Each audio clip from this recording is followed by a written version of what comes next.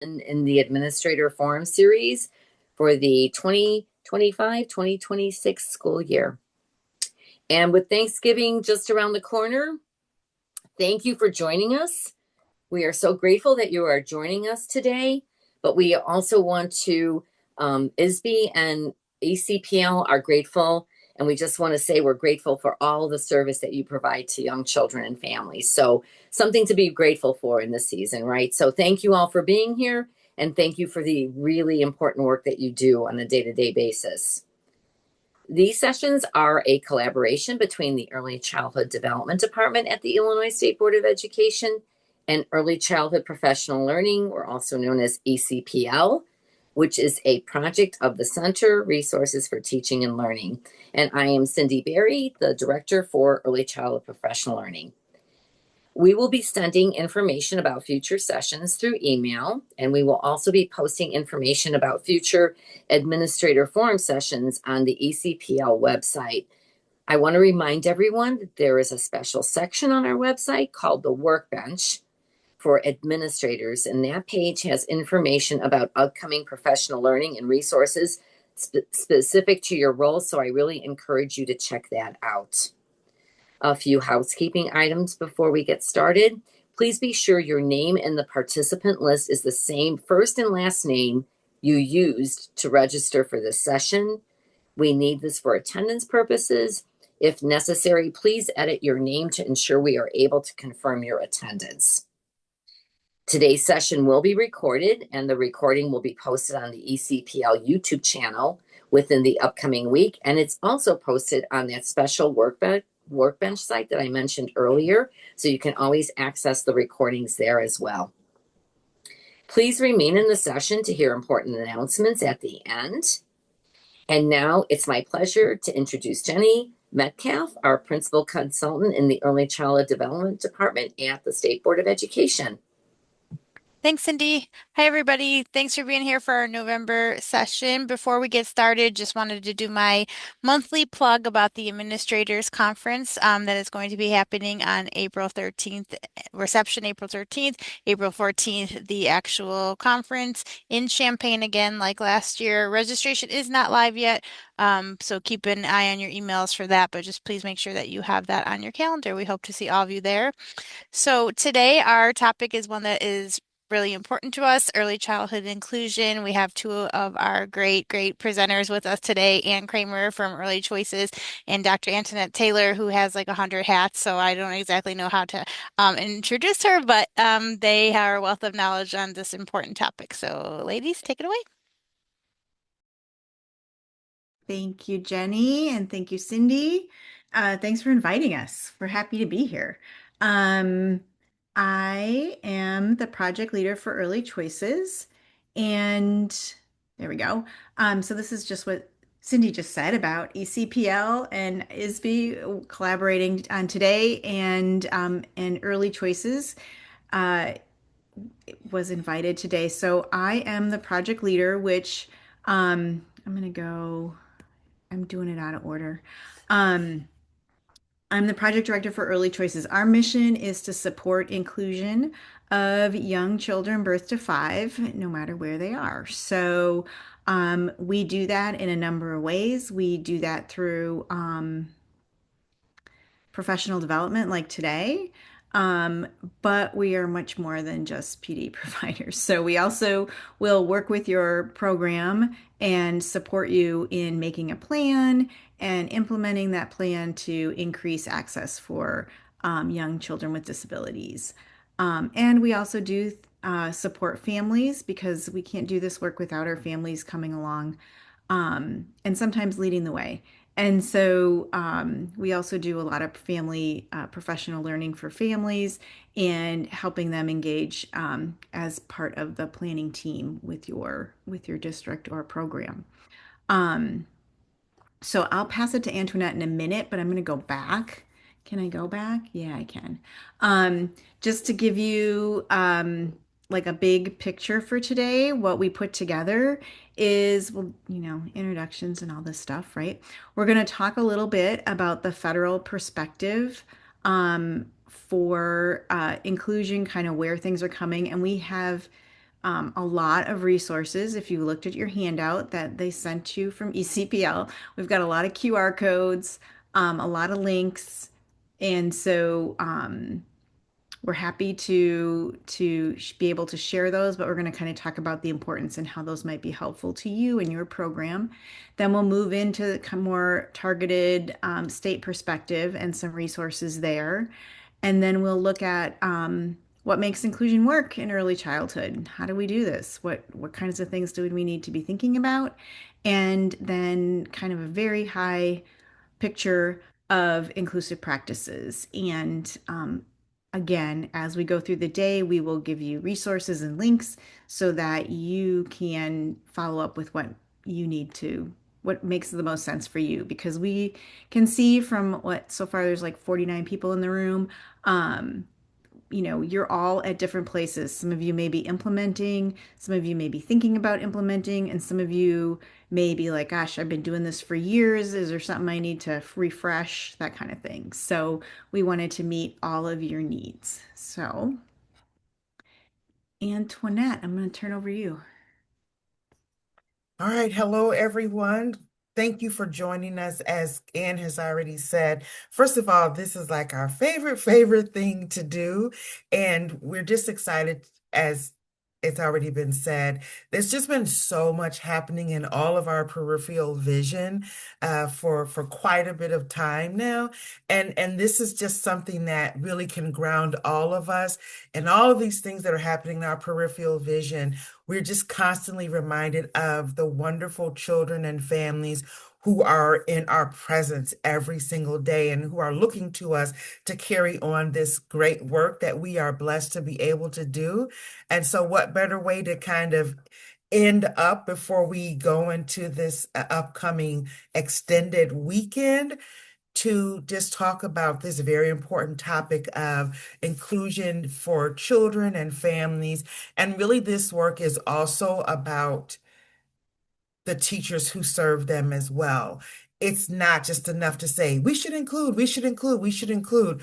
Okay, so once the children are included, what is the next step? And we know we've got lesson planning and, we've got REACH. If you are in Chicago, that is your evaluation system. It is class if you're in Chicago. There's ECHRS 3 for monitoring. There's the Danielson framework. There are so many ways that our work is monitored that we are hoping that this will kind of let you see like, oh, okay, I can just implement all of this and what I'm doing on an everyday basis as well to really include our children and families when it comes to inclusive practices. And we're going to expand on that just a little bit based off of some recent guidance that has come out from us. This is myself. Jenny shared that the hats. All I can say is I'm blessed to serve. And I do not take it lightly at all. So thanks for that, Jenny. All right, let's just move on. Stop us and ask if you have a question at any time. We are going to be monitoring the chat, and we'll also be monitoring if your hand is raised up. We're happy to ask you to come off mute and share your question. Again, if you want to put a question in the chat, we'll be monitoring that as well so that we can make sure that if you have any aha or wonderings or clarifying, or if it's a downright like, huh, what did they just say? Feel free to stop and ask us at any time. We are more than happy to press pause and engage. Lots of QR codes and links. They are in the handout that you received. They're also in the slide decks that we're using. And then we're also going to be putting that in the chat. After all, one of the things about inclusion is differentiating the practice. And so for those of us that are like, oh, I don't like the QR codes, or sometimes our phones do not want to cooperate with us, we'll also be putting those links in the chat for you as well, so that when we're talking about these resources, number one, we want you to save them and use them well beyond our time together today. But then we also are going to press pause so that we can just look through those resources and you can start thinking about all the ways that you can just naturally and authentically embed them into the work that you are doing now. All right, so heard a little bit about myself and Anne. We are going to jump right into that chat. Please let us know who you are. So you've got three different questions there. What is your current role? Where are you currently practicing? And what type of program do you have? And just so you know, there is a method to our madness on that. Where are you currently practicing, private, charter, district, or other? And you'll see that in a couple of slides. So go ahead and jump in the chat and let us know, answering those questions for us. And if it is other, please let us know what that other is. And we're going to go ahead and start Thanks. looking and see. I was afraid someone would say other. No, don't tell me other. Tell me for real. And thank you. I saw that, Miss Laurel. Thank you. Yeah, you get a shout out. I love it. And I see some friends here, folks that I know. So welcome. Yay. Okay.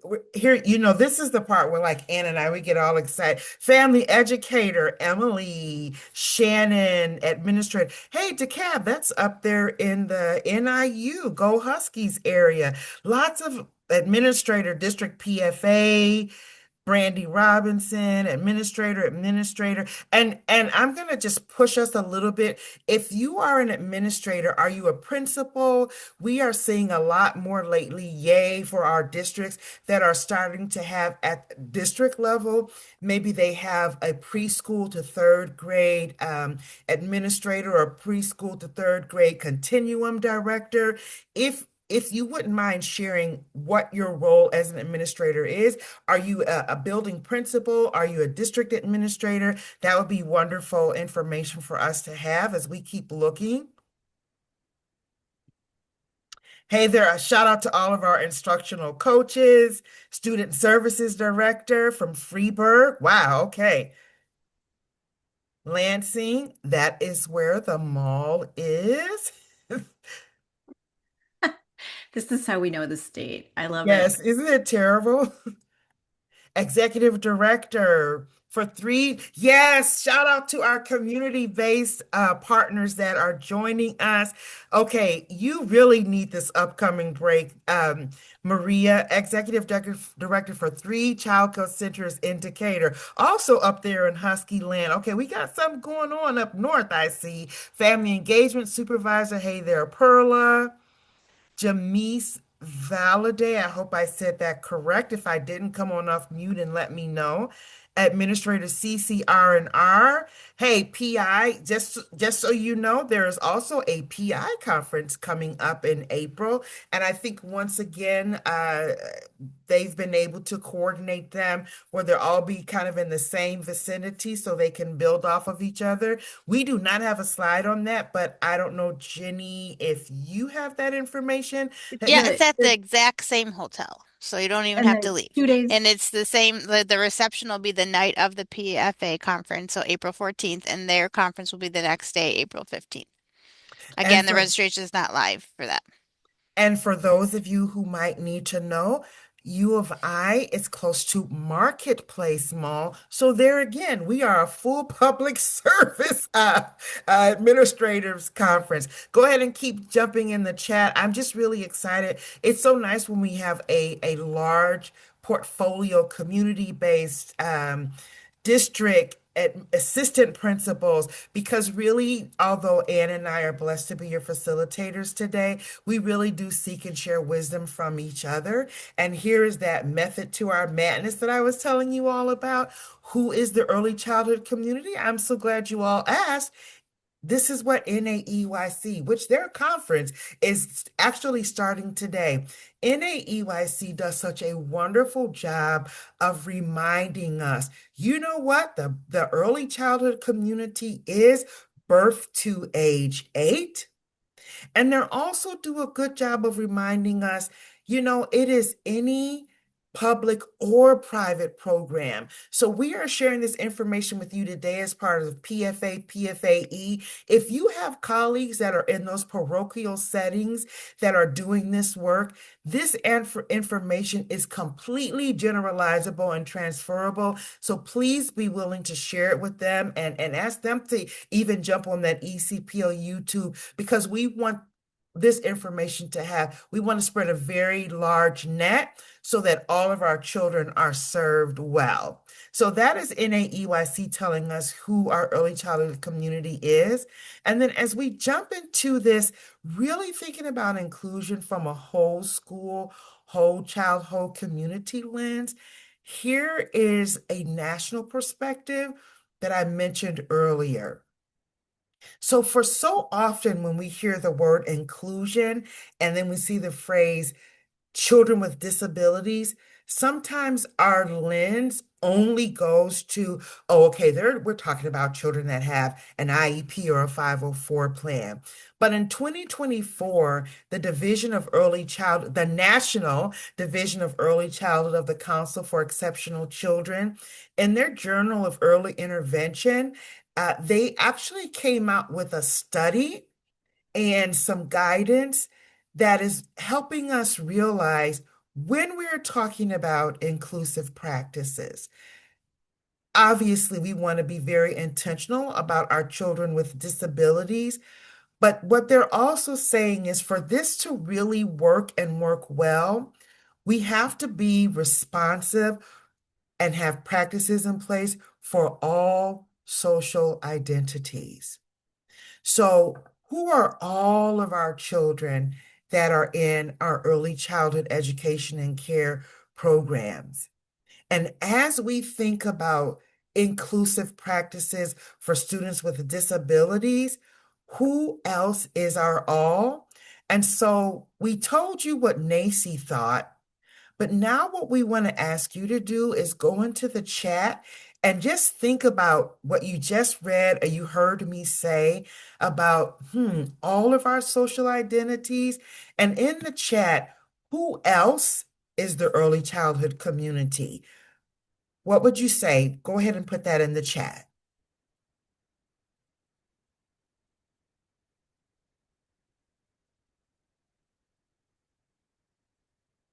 And we'll read some of them.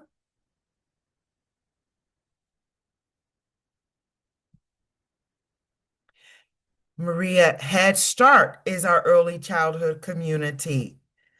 Our student families. Oh, Perla, yes. Our grandparents, daycare teachers, parents, grandparents are sometimes parents again. Sarah, okay, so we are BFFs on Facebook, our faith-based community. Do we not have a lot of faith-based communities who have early childhood centers? They have after school or before school programs where we know families are depending on them for the care of their children with disabilities and without. Family, teachers, community, early childhood and care. Yeah, counseling, Dr. Lisa, thank you. Doctors, health departments, and don't we need our doctors, our practitioners in the medical field. And in fact, that whole child, whole school, whole community, that actually comes to us, that initiative comes to us from the CDC. And they're very specific about saying, it is holistic, including the medical needs of our children. How do we bring all of that into the school system? And so all of these things are just wonderful. Private preschools in the area. So couple of things. This again lets us know when we're having our meetings, when we're doing our practices, particularly when we think about our MOUs, are these folks at our tables? Are we reaching out to them? Can we reach out to them to say, we're doing this work here. We'd love to have you at some of our planning meetings, some of our stakeholder meetings. Laurel is on here. She is one of those people that was really good at reaching out to like the church, the faith-based community, the YMCA, asking them, hey, we'd love for you to come and be into some of this planning at our district so that we can all talk about this work really well. I would also like to say that when we think about inclusion and that statement, here's some things that we're thinking about. It's beneficial to all children. It supports children with disabilities as they reach their full potential of broad societal benefits. It's a trajectory. And really, we just have actually had a meeting about this morning. What we're understanding more and more is that when we have a holistic thought process about inclusion in the early years, and then are very intentional about that preschool to kindergarten transition, which, by the way, PFA and PFAE, that's actually one of the compliance measures, including a transition process for children when they age out.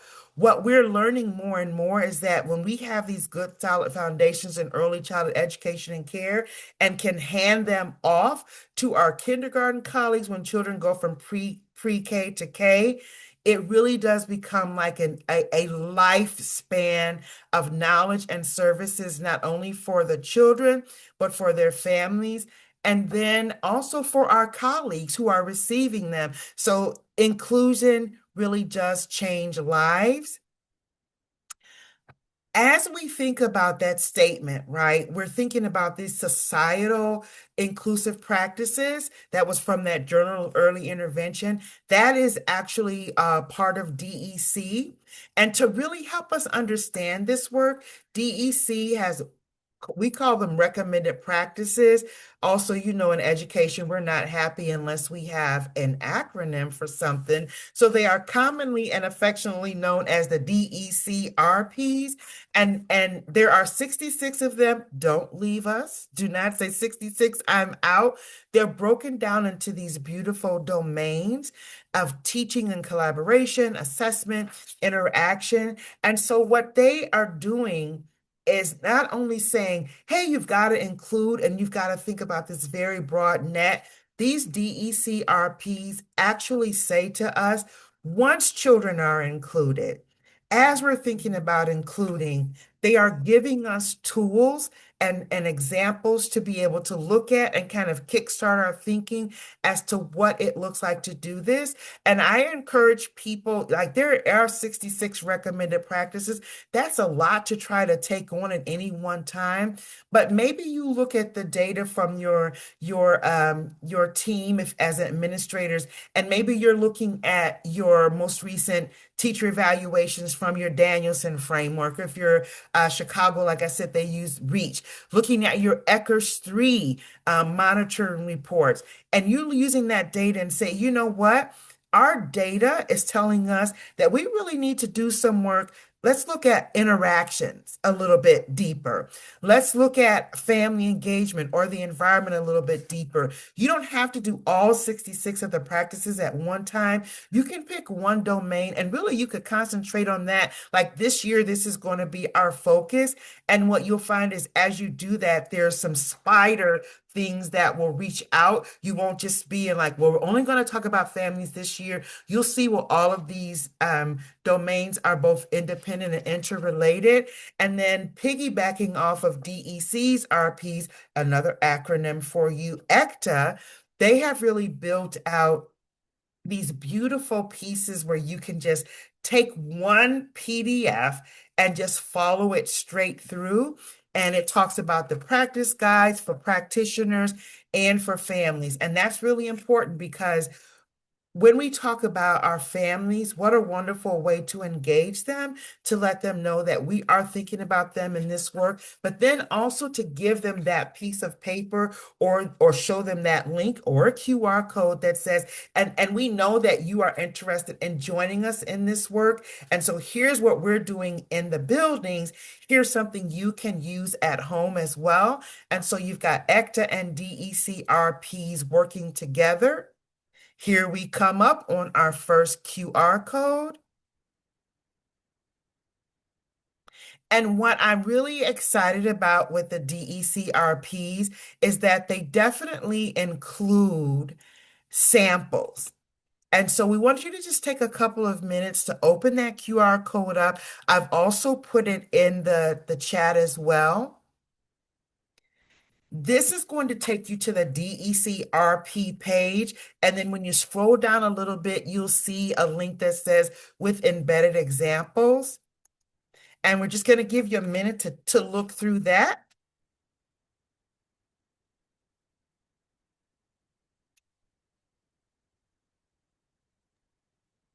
I'm And you're always, thinking, go oh, ahead. I was going to say, I'm always impressed. Even when I go back, I feel like I've looked at them 1,000 times, right? But then every once in a while, I'm like, oh, I haven't seen this one in a while, or the content is so that it's just like, this is perfect to support. Like, I was talking with the team, they wanted to do some work with some of the paraeducators in their program. And it's like, these are perfect. Those embedded samples are perfect. And I'm so glad you said that, Anne, because I was looking at the chat, and if we just keep thinking about who else is the early childhood community, our paraprofessionals, our SICAs, we would also say, if you think about whole school, our front office personnel, our related services personnel, um, our ancillary colleagues, music, computer science, um, even the folks that work in the cafeteria. I was thinking about a district where I consulted with years ago, and they actually did some practices with their cafeteria staff because they were really struggling with, when the children come in and we're trying to tell them, take the thing, put it on your tray. That can mean something really different, really for young children when those lines are moving fast, but it really can mean something for a child with a disability that's trying to process. I'm in the cafegimatorium. I got to pick up the tray, put the food on the tray, get the tray from there, go to my seat. So they actually did some work where they did like whole school in services around like what are all the things that we all need to know about inclusive practices with our children, and it was very successful for them. And so even thinking about as we continue throughout this time, our time together today, we want you to keep thinking about who else is a part of the early childhood community and how will I make them a part of this work that I'm doing. You're looking at ECTA right now, and I've just also put the link in the chat. Let me just say something about ECTA. It is so good. We have in the chat the DEC recommended practices, but they have just a portfolio of really good, like quick FAQ snapshot around this work. I would suggest have a piece of paper and a pencil when you go on that website. Have your tea, your Starbucks, or if you run on Dunkin', we are inclusive here because you could really sit there all day. It's kind of like when you go on Amazon, speaking of Cyber Monday coming up, or Amazon or Walmart, whatever it is, where you go virtually, you can really go on there and just get lost in all of the immersive things that they have. Take notes so that you can remember how you got to that wonderful piece of information that you found. So I'm going to press pause here as you're looking at that. And then I'm also going to kind of ask you to share in the chat as you look at that, something where you see like, oh, I could use this in my practice. Just a quick jumping in the chat, or you can come off mute and share. We are open to both.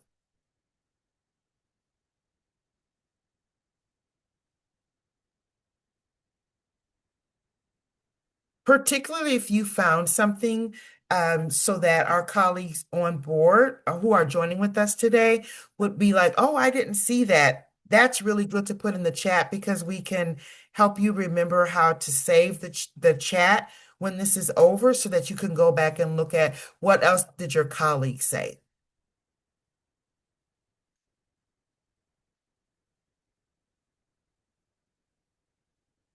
So I see some folks are typing. So I'm going to do my teacher wait and give you a minute to do that. I'm going to give a hint too on the link that Antoinette shared. If you click on the practice improvement tools, those are the examples and the resources that are like so multifaceted. There's checklists, there's guides.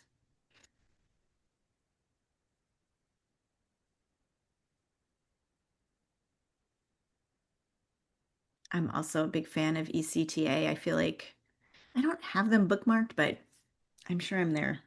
My computer just knows how to get there. You can never go wrong with ECTA. As you all are doing that, for time's sake, though, we are going to go ahead and move on just a little bit. Because if we think back to that statement about our broad net, one thing that we want to do is we want to remember that when we are talking about inclusive practices, we are embedding all of that into developmentally appropriate practices. We're not separating out like, oh, this is for children with disabilities. So therefore, we're saying that the foundational piece of all of this is developmentally appropriate practices, which NAEYC, in their fourth position statement, they are very, if you've got the book, wonderful. It is just so, so good. But even in their resource that we're going to show in a little bit, they break down like when we say developmentally appropriate practices, we're talking about recommendations for schools. We're talking about recommendations for family, child. And see, even as we go through this, I don't think I saw that in there. What about our family child care colleagues, home visitors? That is also a part of our early childhood community. They really break it down really well. And so NAEYC tells us all of these things. And so you have it in your slide deck that you got from us. Here is the QR code. This is going to actually take you to the resource of the position statement itself. And so we do want to invite you to look at that. And again, start thinking of where would you use this? How could you use this in your work when it comes to inclusive practices, particularly when we're talking about those inclusion where we are literally saying inclusion is a practice that is important for everyone. So in what we call general education setting or our blended setting, how can we support this practice? And NAEYC has a great way for us to do that through their position statement. So we're going to let you look through that, and we're going to again invite you to come off mute and share something you find, or go ahead and put it in the chat.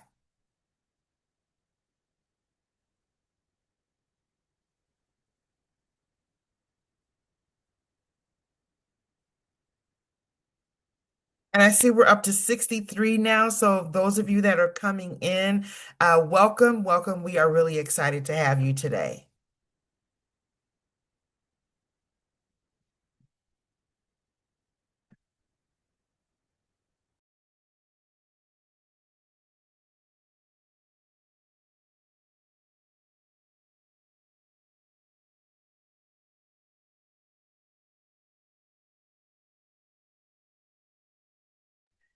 So the question for the chat is, as you look at the resources, we've just shared three now, the DEC recommended practices, the ECTA link, and now we're sharing this NAEYC developmentally appropriate practice. What you see on your screen, that is the fourth edition book.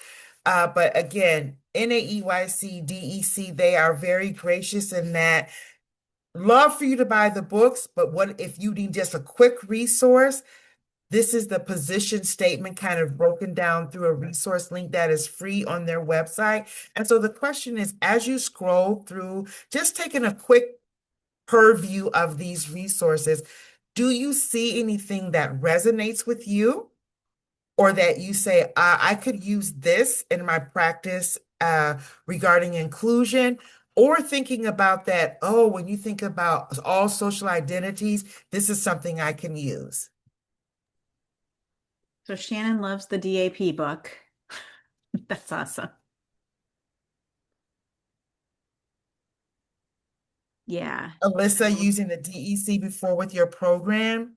And Alyssa, would you Great. remind us, and you can come off mute and do this, are you in a community-based program or are you with a district? Thank you. District.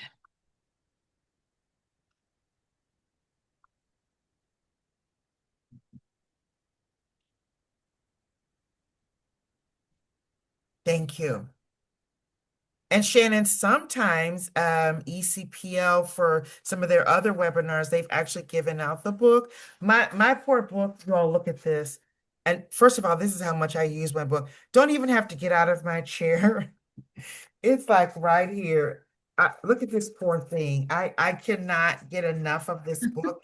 And it's like Anne said, we want to go back to it over and over and over again. When I'm working with legislators and we're talking about this work, you go back to your book, you pull up your DEC recommended practices, because sometimes we have to even educate our school boards who may or may not be familiar with early childhood education and care like we are. And so there's nothing like being able to go and say, oh no, this is like scholarly reviewed work that we're talking about, and sharing that information broadly.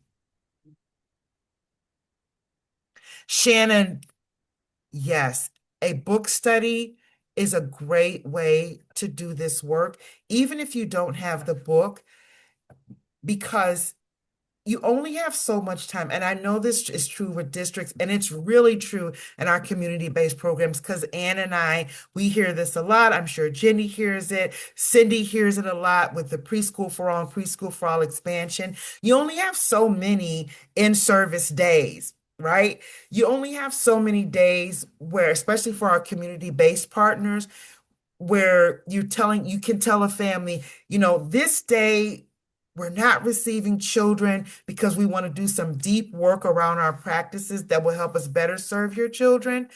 When you're doing that, if you break it down into a book study, it really helps you kind of zero in on what exactly do we want to talk about today. And then also have a moment to say, okay, the book is telling us this, the position statement is telling us this, then we've got this RPs with examples. Now let's practice what it looks like real time. And really, you can do some really good deep work quickly when you do stuff like this as a book study. And then you have the luxury of letting it take you all year long, so you don't feel that rush. Like, we got to hurry up and talk about all this stuff right now because we don't have another in-service until, spring. Excellent. Lee Garner is saying, you hope this information becomes a requirement. What I would say to that, Lee, is that through the Every Student Succeeds Act, it is written that evidence-based practices must be inclusive of all of the work that we do. And so that makes DAP a requirement.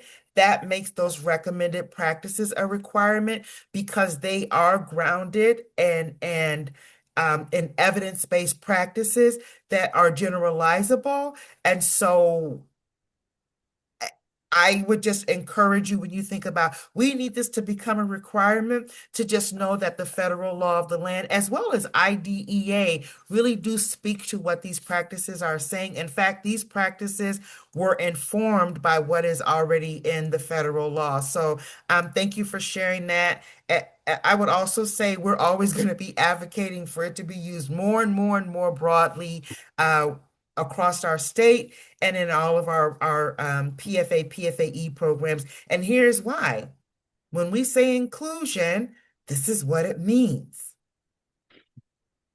It's values, it's policies, it's practices, it's the right of every infant and young child and their family. And now I'm taking some liberties here. And what about the educators who are coming in and saying, yeah, I have my associate's degree, I even my master's or my bachelor's degree. We had maybe a course about inclusive practices. We didn't have a lot. So it really means It's the right of an educator, a district administrator, a director to not only be able to give a charge to staff, but to say, I'm here to support you in it. And I think that's what these administrative forums are all about. We give charges to staff all the time, and they're necessary charges. But as administrators, you want to be able to sit amongst your staff and say, hey, I get it. I know this can be difficult. Let's work through this together. Let's pull out our NAEYC position statement. Let's look at some of those recommended practices from DEC, so that when we say inclusion, that last line there, access, participation, and supports.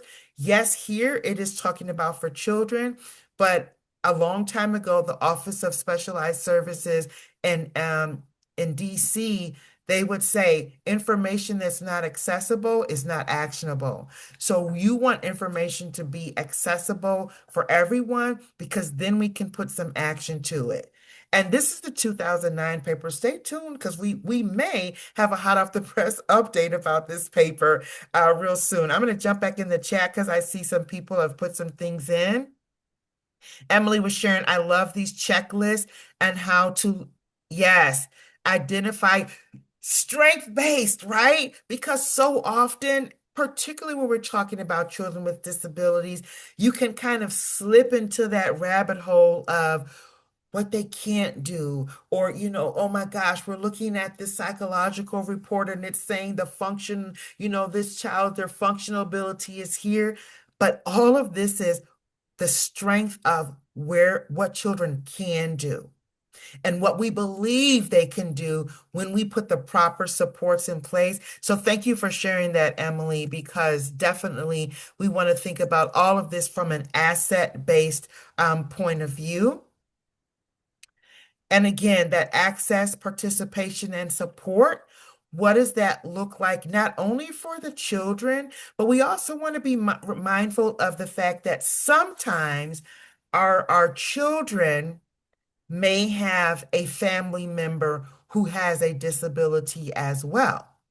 And so when we're thinking about access, participation, and support, we want to be mindful of how inclusive our practices are for family members, because remember, that was one of the things that was in the who else is the early childhood community. We said families and caregivers. We want to think about this as well when we think about that net. And then from the federal perspective, woohoo, January 2025, we had some guidance that came out on building and sustaining inclusive educational practices. And the wonderful thing about this document is that it crosswalks Every Student Succeeds Act and IDEA, which has been a long time coming. I'm very excited to say that as the current administration has been looking over guidance, as which all incoming administrations do, this one has held the muster and it is still available for us. So this is just a snippet of what it says from that document.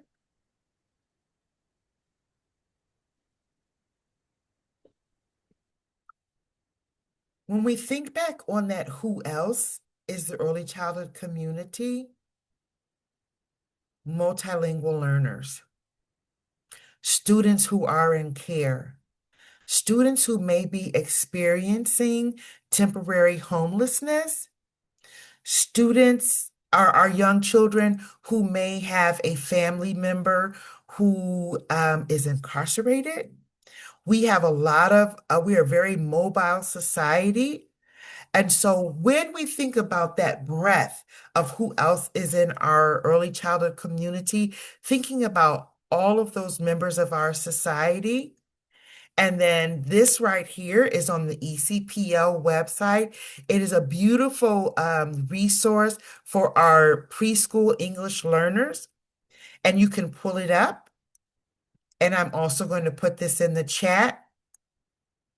There's some beautiful videos there about the home language survey. And now for students who are multilingual learners, that home language survey is just as important as we might say the IEP or 504 plan is for a child that comes in with a documented disability. We really need that to help us know how we are going to really care for and provide adequate and authentic teaching and learning experiences for our children who are multilingual learners. And then, of course, we do have research that does let us know that some children who are multilingual learners may also meet the criteria under IDEA for specialized services. And so we really want to, again, grade those services for inclusive practices for multilingual learners and for multilingual learners who may be have a disability. So we're going to give you a minute to look at that. That link, it'll take you directly to the ECPL site there. Those videos will pop right up. And then you're also going to see a lot on WIDA, W-I-D-A. You'll see that, again, another acronym that is also on that website.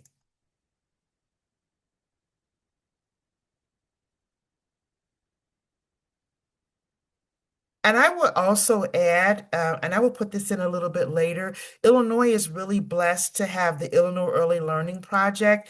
If you have not heard of them, I'm going to put a link in here. They have the most beautiful tip sheets and resources, and they have many languages, not just English and Spanish. When you looked on that NAEYC, you saw it had English and Spanish, but the Illinois Early Learning Project, a lot of their tip sheets when it comes to students talking about inclusion, they have many different languages that you can use. So I will put that in a little bit later. And the last thing I'm going to do real quick is just put in, now this is a whole big document. I'm nerdy, so I'm like on my third or fourth read of this Building and Sustaining Inclusive Practices. But we just want to share that with you because we know that everybody may not have the time to look through that. But as you think about your practices, really, this is that link that aligns. Well, we're talking about general education. No, we're talking about special education. Guess what? It's all education.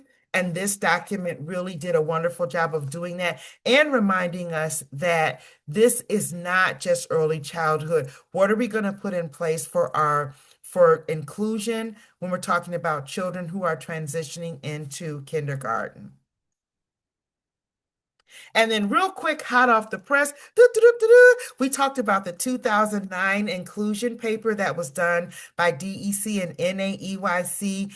And I mean, literally yesterday morning, hot off the press, I got the email giving me permission to share this update with you.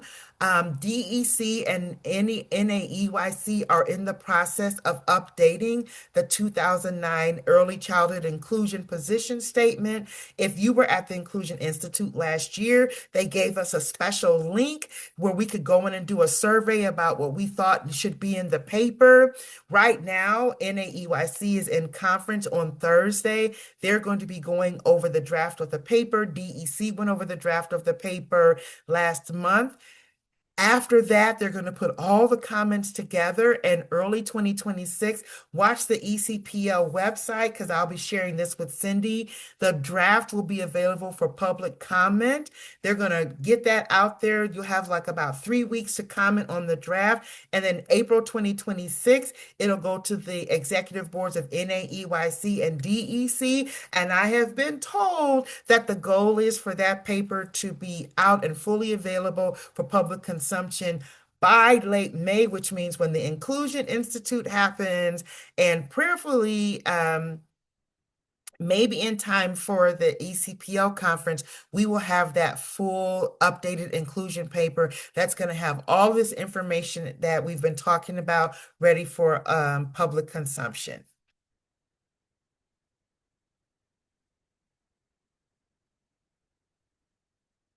There we go. I didn't know where we were in the scheme of things. Um, sorry, I'm hitting the wrong buttons. I got too many buttons.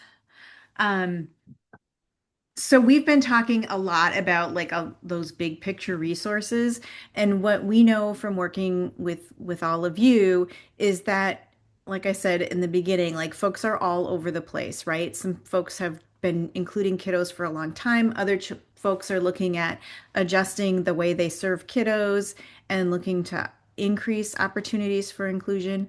Um, and so all of these tools are useful in your program.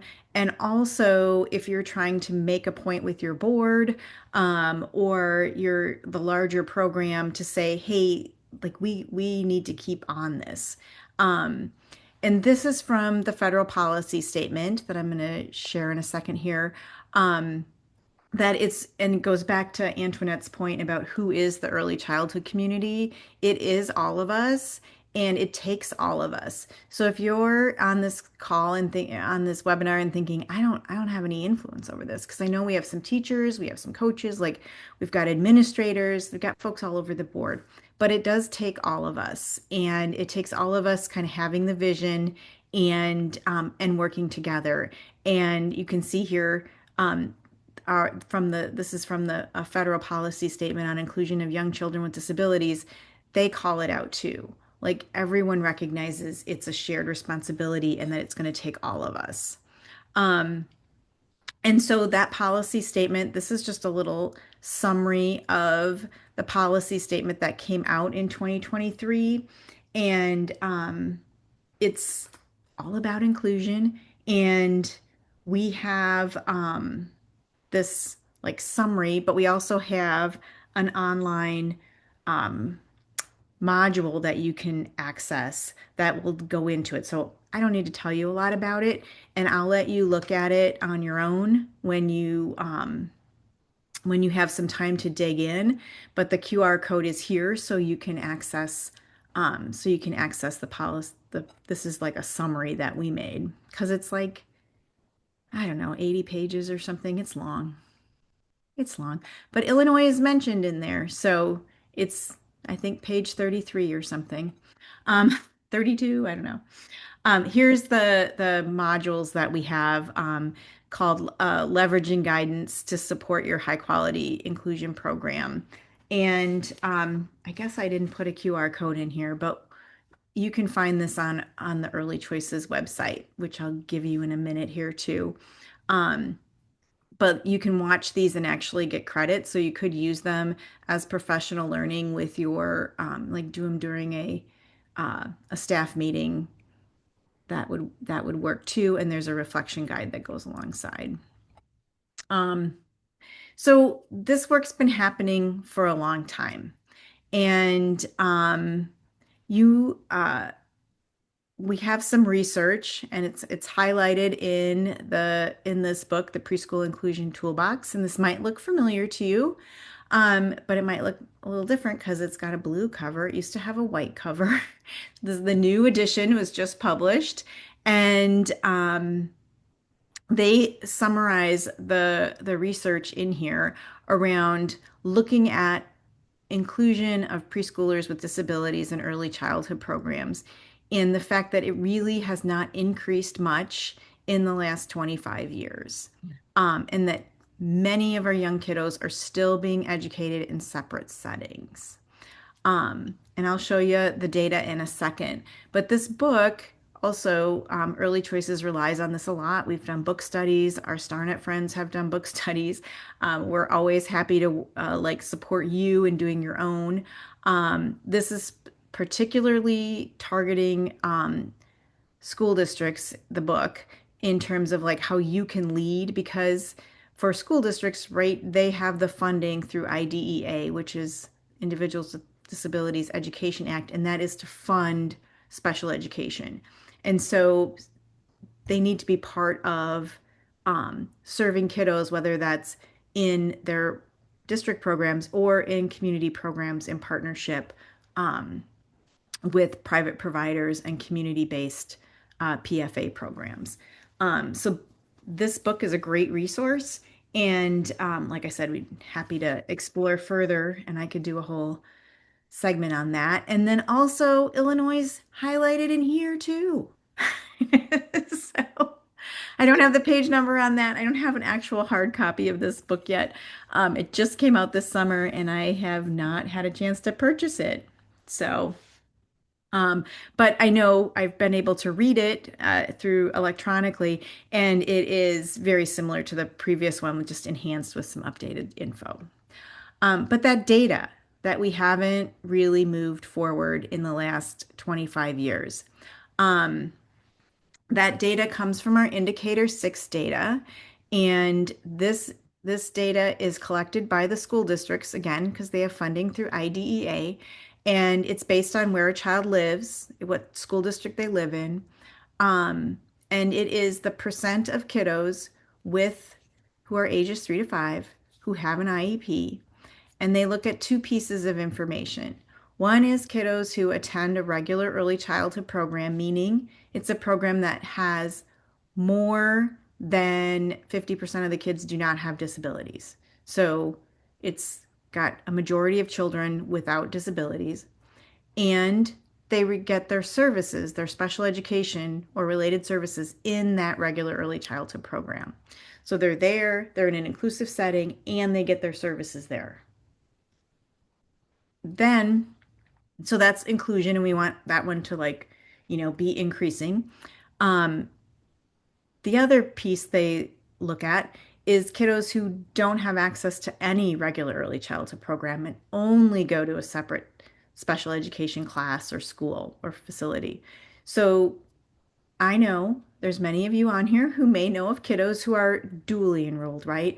Like they may be enrolled in one program in the morning and another program in the afternoon. Um, and for some of you, that might be they're in your preschool for all program and they have some sort of special education service, and a provider comes, but they take them out of the classroom and serve them maybe in their office, or they do something, take them down to the gym and do some PT or something. That would not be that included in the regular early childhood program because we're pulling them out. We're really looking at providing those services in the classroom. So there's kiddos who aren't going to fit in A or B. There's some other categories, but I'm just going to talk about these two sections. So this is the Illinois, or yes, this is Illinois data. And I'm sorry, those numbers might be hard to read, so I'll let you know. So the national data is the purple line, and the Illinois average data is this teal line, and the pink line is the target. So every 5 years, ISBE sets targets for what they would like, where they would like to be. And then we collect the data. All 50 states and territories and whatnot collect this data. So when we started looking at this data way back in 2010, Illinois had 30% of our kiddos in a regular early childhood program and getting their services there. We've been focusing and working on this for a long time, right? 15 years later, we have made progress. We've made more progress than we have nationally. That's 54% of our kiddos. And then the national data, this is 41% starting in like 2011, and then moving up into 22, 23 at 41.6. So it's about the same. You can see we went up, and this is COVID, and we went down, and we haven't really recovered. And my data's behind. I have to wait for the feds to get that data. So this is collected again through school districts and just gives us a picture of where we are in Illinois. And then the opposite, these are the kiddos who don't attend that regular early childhood program and only attend a separate setting. So again, the state average is the teal line, the pink line is the target, and the national is purple. And so this one we want to be going down because we want less kiddos who are in separate settings, less kiddos segregated, right? And and we have. So we started out at 32% and we're down to 25.4 here in Illinois. We're very close to our target. We're flirting with the target. They're getting dangerously close, actually. And the national average has actually gone up. So we're doing good work here in Illinois, but we've got to continue because it's so easy to fall off, right? If you want to know where we are in the scheme of things, like compared to other states, how are we doing? So this is a little graph of these are kiddos who have access to a regular early childhood program. So it's more, it includes any kiddo with a disability who is enrolled in a regular early childhood program. So this would include those kiddos who get pulled out. They attend a regular program, but they get pulled out, or they're dually enrolled in so you can see there where I think, I don't know, I counted like 16, 12, something like that. And the average across the 50 states was 59% of kiddos had this. So we're above the average. We're doing good, but we can't let it slip.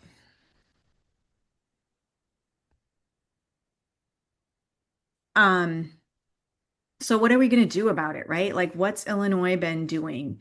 And a couple things we've been doing. If we have an Illinois early childhood inclusion vision statement. This statement has been signed on by all the agencies that serve um, children, young children.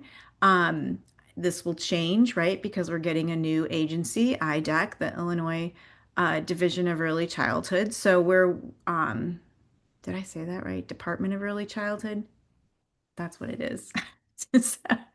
um, anyways, we'll, work through that as that happens. But the vision is that Illinois commits to the inclusion of each and every child with special needs to be included with their typically developing peers. So we've made that commitment, and we will keep working towards it. Um, we also have the inclusion brochure. Does this look familiar to anybody? Give me It's a an thumbs up if you've seen this before.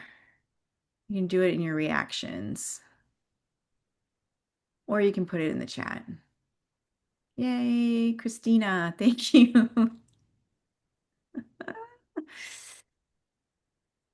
So this inclusion brochure is included in the Child Find packet thanks Shannon, from your Child and Family Connections. If kiddos have an IEP, an IFSP, an early intervention, and they're transitioning to early childhood, this brochure is part of the Child Find packet. It's available in a whole bunch of languages there.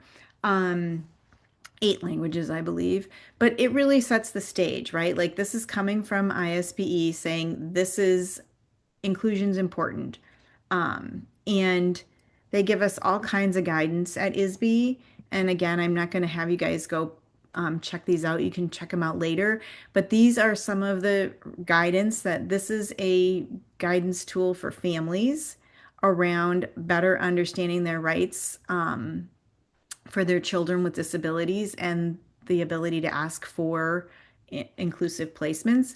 Probably the biggest takeaway from this is that that first bold point, which you can kind of see there highlighted, maybe if your screen's big enough, but it talks about the fact that IEP services should come to your child, not the other way around.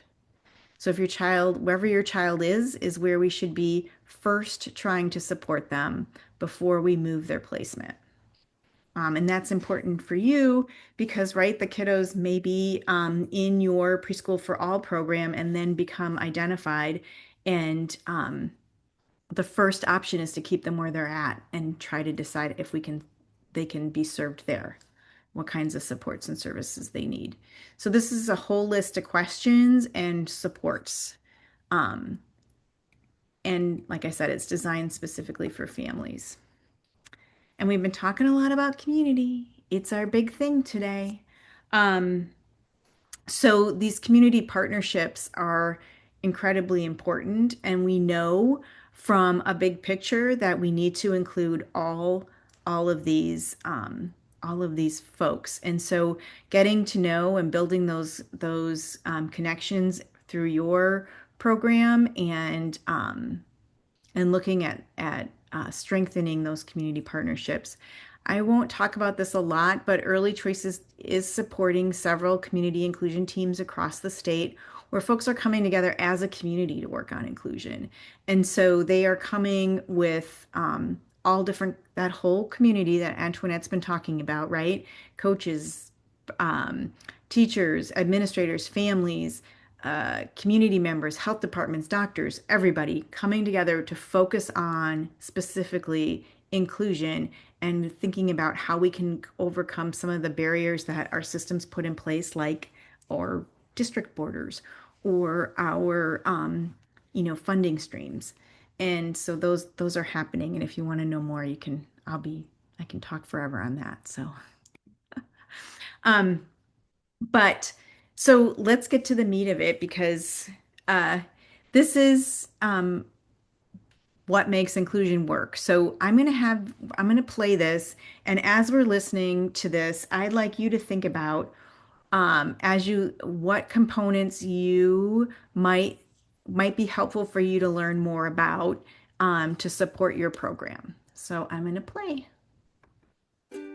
We know that preschool inclusion is supported by laws, research, and professional organizations, but it's hard to know what high-quality inclusion looks like. Early choices can help. Let's look at what makes inclusion work in early childhood.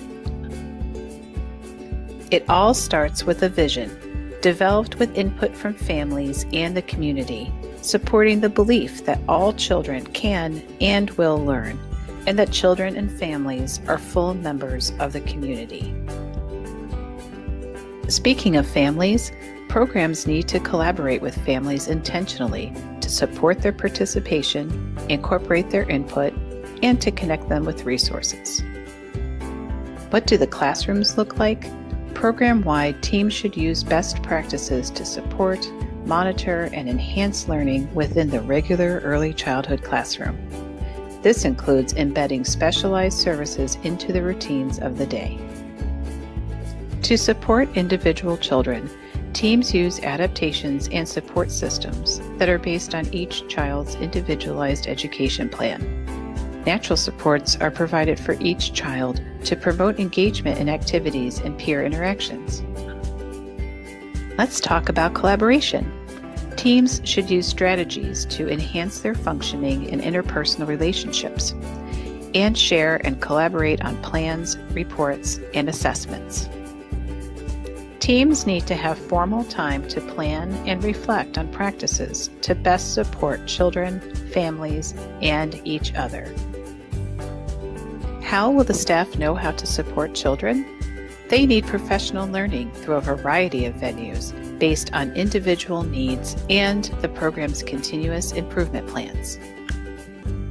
To support all of this work, high-quality, inclusive programs need administration that provides leadership to support inclusion in concrete and identifiable ways, such as implementing policies and procedures that support continuous quality improvement related to inclusion. Ready to dig deeper?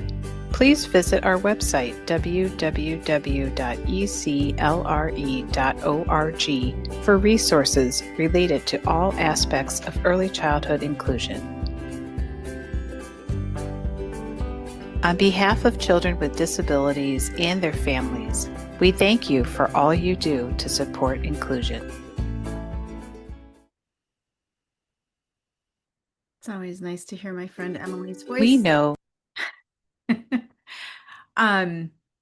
So this is all of those components put together that Emily just went over in that little video.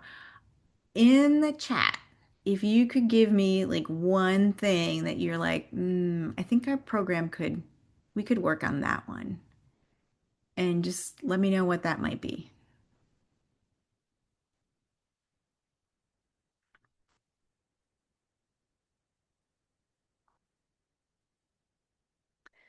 This graphic, we really is Illinois specific. We worked on this with the ECLRE stakeholders, and we aligned it to those DEC recommended practices that Antoinette talked about earlier.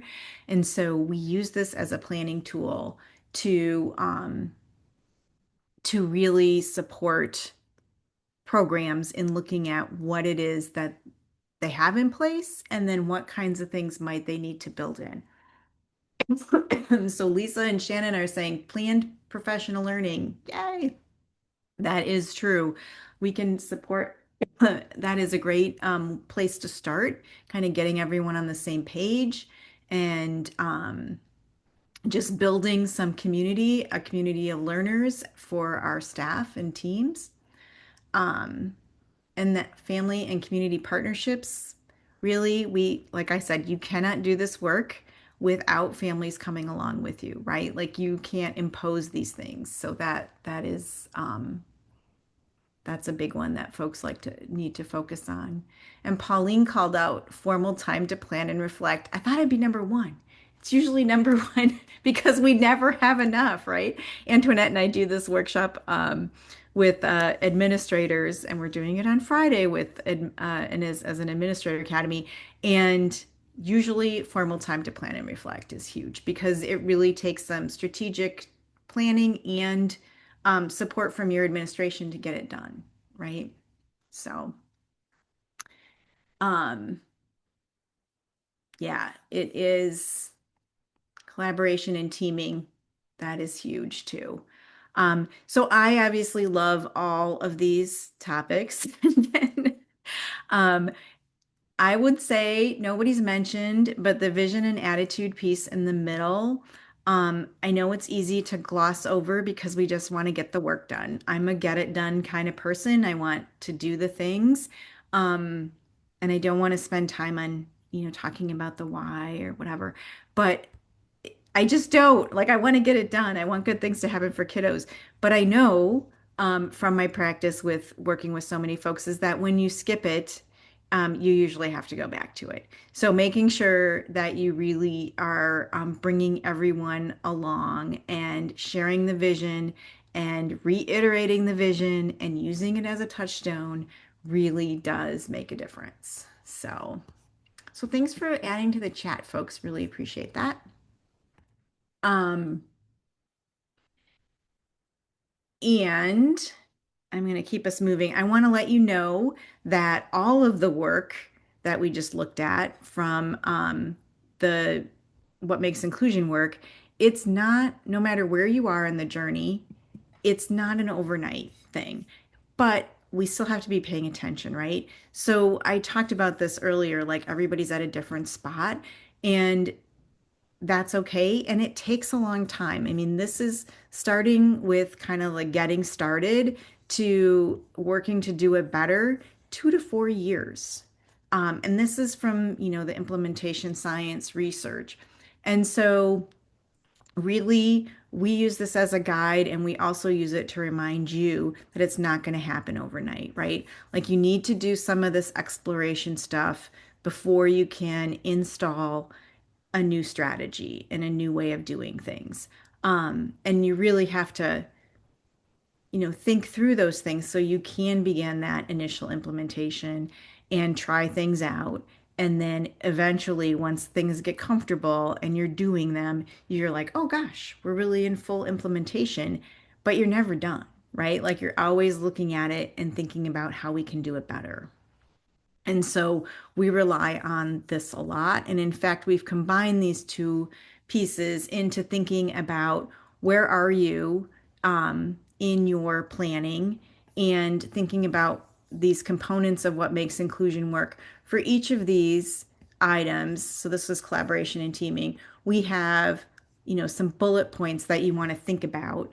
And break down and think about what you have in place, what you might need to do better, and who do you need to enroll, like who's missing, and what might be some next steps. So this is one strategy to planning for inclusion that we find helpful and kind of gives you a chance to assess exactly where you're at. So um, this is a great tool to take advantage of, and that's one of those um, one of those key features around that vision and attitude piece is keeping kind of that understanding of inclusion. Like, what are we even talking about? Antoinette used a lot of the national research and the national statements. Um, and this is just like one of our kind of breakdown things, like what is it and what it's not.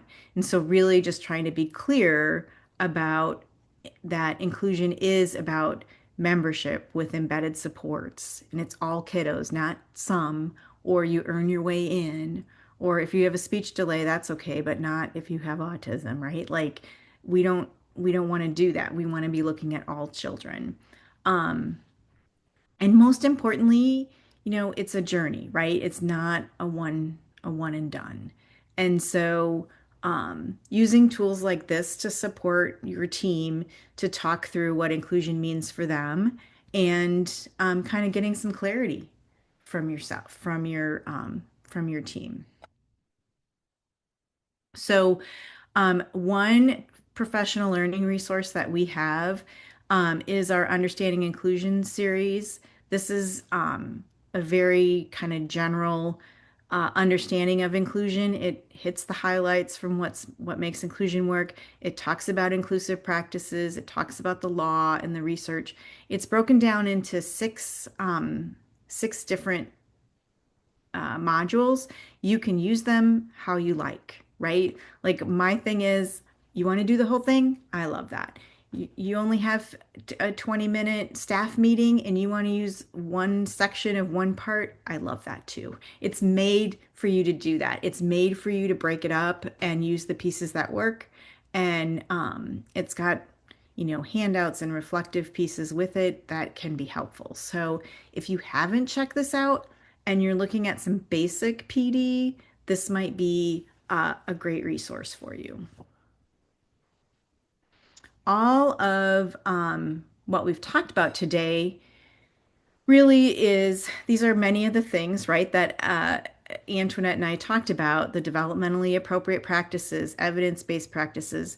Those are just high quality practices. They're part of your compliance checklist, right? They're part of what we're expected to do as a preschool for all or preschool for all expansion program, is provide that very high quality. And it's why we have the accelerate ratings, right? Like we're looking to make sure that we're implementing at the best and highest level that we can. And everything that we do there supports high quality inclusive practices. And so a lot of the next kind of level there, that purple piece, is those general inclusion supports. Those are like many practices that I would guess if I went into your program, I would see. I would see classroom-wide visuals. I'd be able to walk into a center and see in the housekeeping or dramatic play center some maybe in visuals that tell me what I'm supposed to do when I'm there, right? At the art center, there's going to be some visuals that show me maybe how to use the easel, or where to put my apron, or where to find my apron. Those kinds of things. Peer supports, and any supports that we have that promote independence, which of course in early childhood, right? We need the kiddo, we want to teach them to do things on their own so that we can free up our hands to do other things, and keep the classroom going. As we move along, these are inclusive practices that require a bit more planning and more maybe some guidance from the IEP, but looking at those opportunities to embed learning into the routine, looking at strategies that promote participation for our kiddos, and are there any aids, supplemental aids and services or adaptations that we need to make. So on this journey to inclusive practices, we've kind of got a lot of layers, but if I think about all the inclusive practices, sometimes folks get a little nervous, like, oh my goodness, that's so much to learn. It's like, no, you're doing so much of this already, that we're just looking at it through a different lens and being a little bit more planful about implementation. So we always say about inclusive practices that we're looking at strategies that increase support participation and meet the child's needs. And we don't want to go one way or the other, right? Like we don't want to look at things that just support the child's need but decrease their ability to participate in the flow of the day and in the general routine. And we also don't want to just think about participation and not be thinking about what that kiddo needs, right? So we want them to participate, say, in circle time, but we also want them to be learning and what do they need? And if they need something to fiddle with or a different kind of seating situation, we can build that in. So I'm going to do the quickest ever uh, inclusive practices. I got 3 minutes or something. Um, these are the practices that are outlined in the Inclusive Classroom Profile, which is a research-based assessment tool around inclusive practices for early childhood specifically. I'm not going to talk about them because we don't have a lot of time. They're here. I'm going to give you an option if you want to learn more about these practices, these 12 practices. I've got an option for you. But as you look at these, again, they may look like things you're already doing. Certainly, these are high quality practices, right? But then how do we make sure these practices reach the children with disabilities in our programs? And we want to really think about, do they happen? Do they happen frequently? Do they happen across context? So when, is it just at circle time? Is it just at the greeting time? No, it's all throughout the day, right? So it's at gross motor, it's in or at arrival and during small group instruction. Like it's happening all throughout the day. So across different contexts. And then are the practices consistent? So it might be consistent for me because I'm the classroom leader, but is the paraeducator, is the any other assistants or related service folks coming in, family educator, etc., participating and using those same strategies. And then finally, do we individualize when we need to? So I kind of have the focus on these bottom three because this is kind of easy, right? Like, well, yeah, it happens. I think it happens enough, right? But this kind of defines these first two, right? Like, is it across context with consistency and individualized when needed? So when you want to hear about those inclusive practices, this webinar is happening December 4th, and our team is doing, I think, yeah, it's 2 hours on December 4th from 3 to 5 on those inclusive practices. So I'm going to leave that up here for a second because I didn't include this in the handouts. I forgot. So, but kind of pulling it all together, I did, kind of like the very high level of thinking about what makes inclusion work and those inclusive practices. And those are kind of where the rubber meets the road. Like, what are you going to do when the kiddo comes on Monday, kind of thing. And so that's kind of just a big picture of it. And you can dig in further from any of these resources. And if you're looking bigger at your program, you're going to want to look at those bigger resources that we've been sharing all through. Antoinette, do you have anything to add? Because that was speedy. Oh, you're muted. Oh, Well, one would think 5 years in that I would remember to do that. Um, it is a journey. That is why we love the phrase "sequip." I don't know. Jenny is on, and I think I saw Christy Doan in here somewhere. yes. It's like there's a method to that. Why are they always asking us to do something? Because we need to just sit down and think. This is working great. If it ain't broke, don't fix it. But how will we extend this? And so that continuous quality improvement, it makes a difference. And it is a way to tell us this is a journey. We never want to get to that where we feel like we're at that destination because that's when you kind of stop. Meet your target, take a deep breath, celebrate yourself. Come to webinars. We love that ECPL, PFA, PFAE, the Inclusion Institute. We're grateful that Cindy invited us to do this, to share this with you all. And I love that it's mid-year, right? This is a great time to do that check-in. How are we doing? What might we put in place between now and the end of the year? Here's the Summer Inclusion Institute. Save the dates. Ann and I will be there. Cindy will be there. Jenny will be there. Christy will be there with some wonderful sessions. The PFA, PFAE conference is coming up. Again, we do not have a slide in here about the PI initiative, but kudos to ECPL and ISBE. They've been really working closely with each other to just like we don't want to keep separating, right? So it's PI straight into PFA, PFAE, and ooh, this is me saying this. Ooh, just wait till we get the day where it's PI, PFAE, and then kids or kindergarten summit, like all right there, because again, we want to align these practices and have all of our colleagues together. It definitely is a journey that we don't want you to feel like, get discouraged with any of it. If you're not moving as fast as you want to, that's fine. Let's look back and see what might we need to change, what do we need to spend a little bit more time on. Thank you for your time, everyone. Thank you, ECPL. Thank you, Jenny.